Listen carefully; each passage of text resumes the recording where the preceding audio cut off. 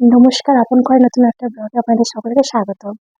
আজকে আমি আপনাদের সঙ্গে শেয়ার করব শীতকালে কি করে হেয়ার যে প্রবলেম গুলো হয় সেগুলো কি করে ঠিক করবেন। মানে শীতকাল যেরকম পড়ে গেছে তার সঙ্গে সঙ্গে আমাদের একটা সিজন থেকে আমরা একটা সিজনে এসেছি। সেই সিজন চেঞ্জেস এর কারণে আমাদের চুলেরও কিন্তু অনেক ধরনের চেঞ্জ হয়েছে। যেমন ধরুন হেয়ার ফল, বা শীতকালে অনেকেরই আছে আমাদের স্ক্যাল্পে পুরো ড্যান্ড্রফে পড়ে যায় একদম। এটা উপরি পায় না আর কি শীতকালে। অনেকের 12 মাসও থাকে ড্যান্ড্রফটা। তো সেটা থেকে কি করে মুক্তি পাবেন, তারপর ঘরোয়া পদ্ধতিতে সেটাই আজকে আপনাদের সঙ্গে শেয়ার করবো। খুব সহজ একটা অয়েল আমি আপনাদের সঙ্গে শেয়ার করছি আজকে, একটা রেমেডি, অয়েলের রেমেডি। যেটা আপনাদের বাড়িতে 3-4টে জিনিস থাকলেই আপনারা বাড়িতে বানিয়ে নিতে পারবেন, আর খুবই স্বল্প খরচে, তাও আবার। তো চলুন শুরু করি আজকের ভিডিওটা। চ্যানেল যদি নতুন হয়ে থাকেন তাহলে অবশ্যই সাবস্ক্রাইব করে দেবেন। আর ভিডিও যদি ভালো লাগে তাহলে অবশ্যই লাইক অ্যান্ড কমেন্ট করে জানাবেন, আর অবশ্যই শেয়ার করে দেবেন। আর যদি ফেসবুকে দেখে থাকেন তাহলে অবশ্যই ফলো করে দেবেন। তো চলুন আজকে আমি আপনাদের সঙ্গে শেয়ার করছি। মানে প্রথমেই দেখিয়ে দিলাম যে একটা অনিয়ন অয়েল। হ্যাঁ, আমার কাছে একটা অনিয়ন অয়েল ছিল রেডিমেড, বাইরে থেকে কেনা। সেই অনিয়ন অয়েলটার মধ্যেই আমি রেমেডিটা করেছিলাম। যেহেতু আমার কাছে অ্যাভেলেবেল আছে, তো সেই কারণে আমি একদম পিওর যে নারকেল তেল হয়, যে নারকেল তেল দিয়ে আমি আপনাদের সঙ্গে শেয়ার করে দেখাচ্ছি। আপনাদের কাছে যদি পেঁয়াজ, যদি আপনারা পেঁয়াজ দিয়ে করেন তো ভালোই হবে। আর যদি ওর স্মেলটা অ্যাভয়েড করতে চান তাহলে আপনারা কোনো রকম এসেন্সিয়াল অয়েল, কিংবা আপনারা বাইরে যে অনিয়ন অয়েল পাওয়া যায় সেটাও আপনারা ইউজ করতে পারেন। এটা অপশনাল, এটা ইউজ করা যেতেও পারে, নাও করতে পারেন এটা, তবে ইউজ করলে ভালো হবে। পেঁয়াজের রস আমাদের চুলের জন্য ভালো হয়। তো সেই কারণে আমি ওটা দেখিয়ে দিলাম, যেহেতু আমার কাছে অ্যাভেলেবেল আছে। তার মধ্যেও আমি আর একটু অ্যাড করব বলে, সেই কারণে আপনাদের সঙ্গে রেসিপিটা শেয়ার করছি বলে আমি ওটা দেখিয়ে দিলাম। নারকেল তেল আমি আমার চুলের মতন, মানে যতটুকুনি লাগবে আমি ততটুকু নিয়ে নিচ্ছি। খুব বেশি আমি বানাচ্ছি না, যেহেতু আমার কাছে অলরেডি আছে। তো এর মধ্যে আমি নারকেল তেল নিয়ে নিলাম একটা প্যানের মধ্যে। নারকেল তেলের সঙ্গে আমি এখানে কারি পাতা নিয়ে নিচ্ছি। কারি পাতা নিয়ে নিচ্ছি একটা, জাস্ট ডালের মধ্যে ওই 10-15টা মতন আছে ওটা। আর এর সাথে আমি 1 চামচটা একটু ভরে, চামচটা পুরো ভরে আমি মেথি নিয়ে নিচ্ছি। এর সাথে আমি কালো জিরে, আপনারা জানেন কালো জিরে, মেথি, এগুলো আমাদের হেয়ারের জন্য ঠিক কতটা পরিমাণে ভালো, মানে যে প্রচণ্ড পরিমাণে আমাদের হেয়ার গ্রোথের জন্য প্রচণ্ড পরিমাণে ভালোভাবে কাজ করে। আর কালো জিরেও তাই। কালো জিরে সেটা ছাড়াও কিন্তু কালো জিরে আমাদের যাদের হেয়ার গ্রে সমস্যা সেটাতেও কিন্তু হেল্প করে, যাতে সেটা না হয়। এছাড়াও আমাদের যাদের চুলের ডেনসিটি কম সেটার জন্যও কিন্তু সেটাকে ভলিউমের জন্যও কিন্তু ভালোভাবে কাজ করে। আর হেয়ার গ্রোথে তো মানে অসাধারণভাবে কাজ করে এই দুটো জিনিস রান্না করে যে থাকে। তো এই দুটো জিনিসই আমি অ্যাড করছি। এর সাথে কারি পাতাটা তো দিলামই, দিয়ে এটাকে আমি 5 মিনিট মতন ফুটিয়ে নেব হালকা ফ্লেমে। একদম জোরে দেবেন না, হালকা ফ্লেমের মধ্যে 5 মিনিট এটা ফুটে যেতে দেবেন।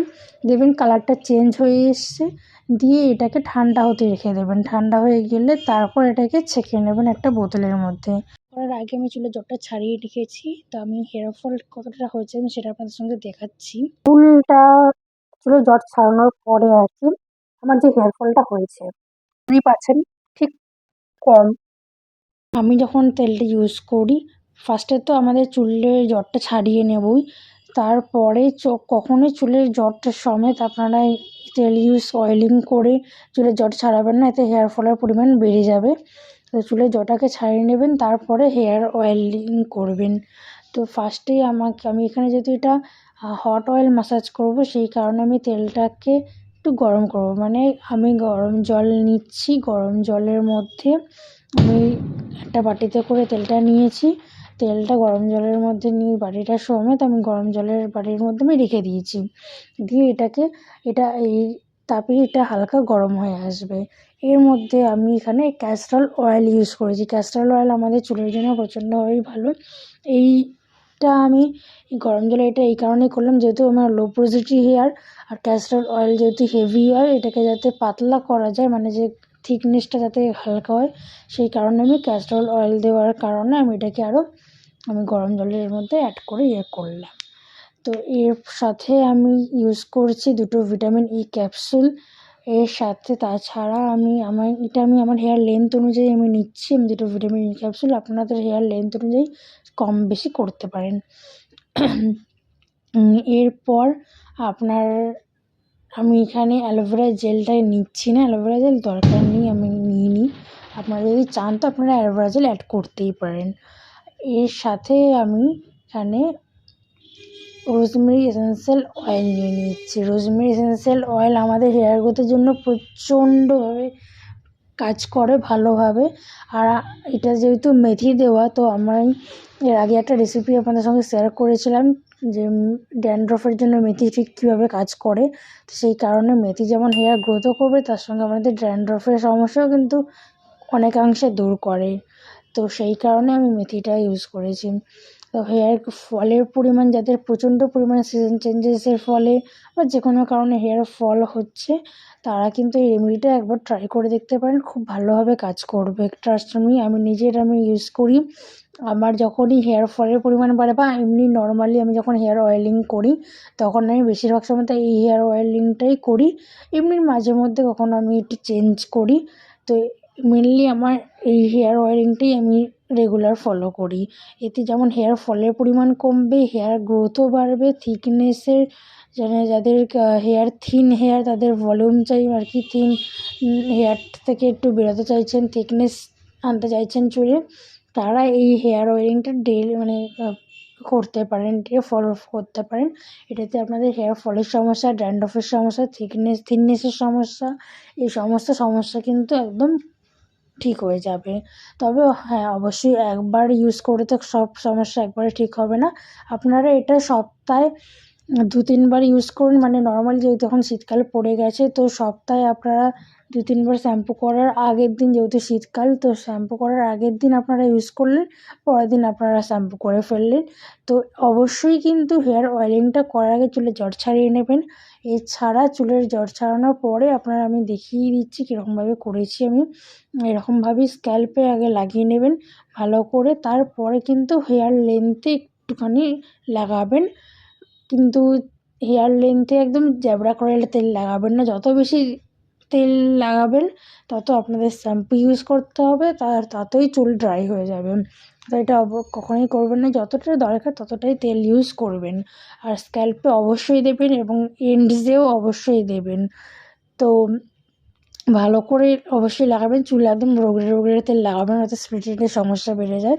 সেরকম একদমই না, একদম নিজের চুল, তো নিজের চুলকে একটু যত্ন সহকারে করতে হবে।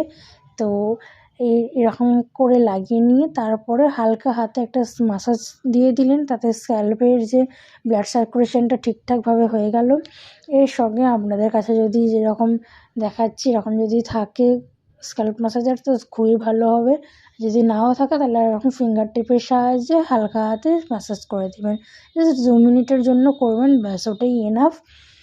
আর এই স্ক্যাল্প ম্যাসাজিংটা, এটা কিন্তু আপনারা ডেলি করলে ভালো হবে, কারণ আমাদের হেয়ার গ্রোথের যে একটা ব্লাড সার্কুলেশনের জন্য যে হেয়ার গ্রোথ ব্লাড সার্কুলেশনের যে দরকার, সেটা কিন্তু বেশ ভালোভাবে হয় আমাদের এই একটা হেড ম্যাসাজার। এটাতে আপনাদের স্ট্রেস লেভেলও রিলিফ হয়ে যাবে হেড ম্যাসাজিংয়ে, মানে স্ক্যাল্প ম্যাসাজিংয়ে। যে স্ট্রেস থাকে সেইটাও রিলিফ হবে। তো এই রুটিনটাই ফলো করুন, দেখবেন আপনাদের হেয়ার ফলের সমস্যা দূর হয়ে যাবে, ড্যান্ড্রফের সমস্যাও দূর হয়ে যাবে এই অয়েলটা। আর অবশ্যই ইউজ করার পরে আমাকে কমেন্ট করে জানাবেন যে আপনাদের ঠিক কতটা হেল্প হলো। প্লিজ কমেন্ট করে জানাবেন যে আপনাদের ড্যান্ড্রফের সমস্যা, হেয়ার ফলের সমস্যা দূর করাতে পারলাম কি না। তা আবার ঘরে বসেই কয়েকটা জিনিস দিয়ে, যেগুলো আমাদের রান্নাঘরেও থাকে কিছু জিনিস কিনতে হবে, কিন্তু এগুলো আমাদের চুলের জন্য প্রচণ্ডভাবে হেল্প করবে। বাইরে কেমিক্যাল দেওয়া অয়েলের থেকে এই অয়েলটা আপনারা ইউজ করলে ভালো বেনিফিট পাবেন, এইটুকুন আমি বলতে পারি। এবার আমার চুলে তেল লাগানো হয়ে গেছে, এবার একটা স্ক্যাল্প ম্যাসাজ দেবো। ভালো করে এরকম করে নেবেন, হালকা একটু প্রেশার দেবেন, দিয়ে এতে কি হবে, ব্লাড সার্কুলেশনটা ভালো হয়ে যাবে, অ্যাক্টিভেট হয়ে যাবে ভালো করে। আর আপনাদের যে হেয়ার ফলের প্রবলেম সেটাও কিন্তু কমবে, হেয়ার গ্রোথকেও কিন্তু অনেক হেল্প করবে।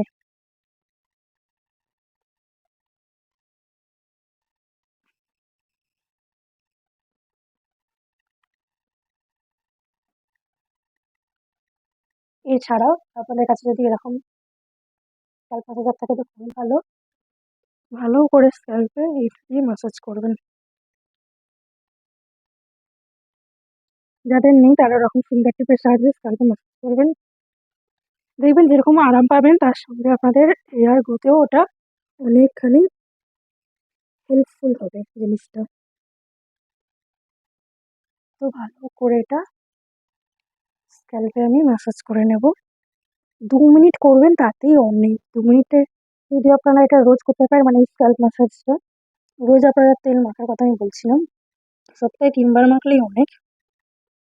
২ বার কি ৩ বার। এই ধরুন যেদিন আপনি শ্যাম্পু করবেন তার আগের দিন, যেহেতু এখন শীতকাল, তার আগের দিন রাত্রিবেলায় আপনারা তেল মেখে রাখলেন।